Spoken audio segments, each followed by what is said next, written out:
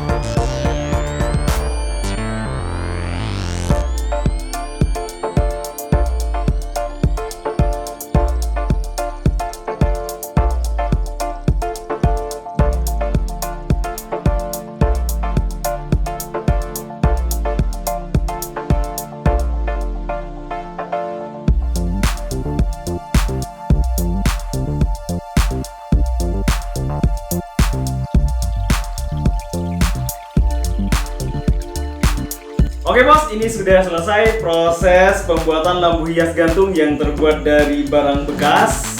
Untuk warna cat yang saya gunakan pada kali ini, saya menggunakan cat warna hitam doff. Misalnya kalian mau menggunakan cat warna lain, misalnya warna merah, biru, dan lain sebagainya, itu sesuaikan dengan selera kalian, bos. Untuk lampunya saya menggunakan warna kuning dan daya wattnya sangat kecil, yaitu hanya 4 watt, bos.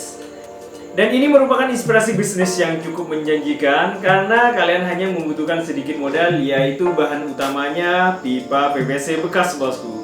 Oke, semoga bermanfaat video pada kali ini. Bagi kalian yang menyukai video pada kali ini, jangan lupa di like dan juga di subscribe. Dan jangan lupa share video ini ke teman-temannya, bos, agar kita saling memberi manfaat kepada orang lain. Seperti biasa, saya selalu berharap kepada kalian jangan pernah berhenti untuk berkarya dan berkreasi. Salam kreatif.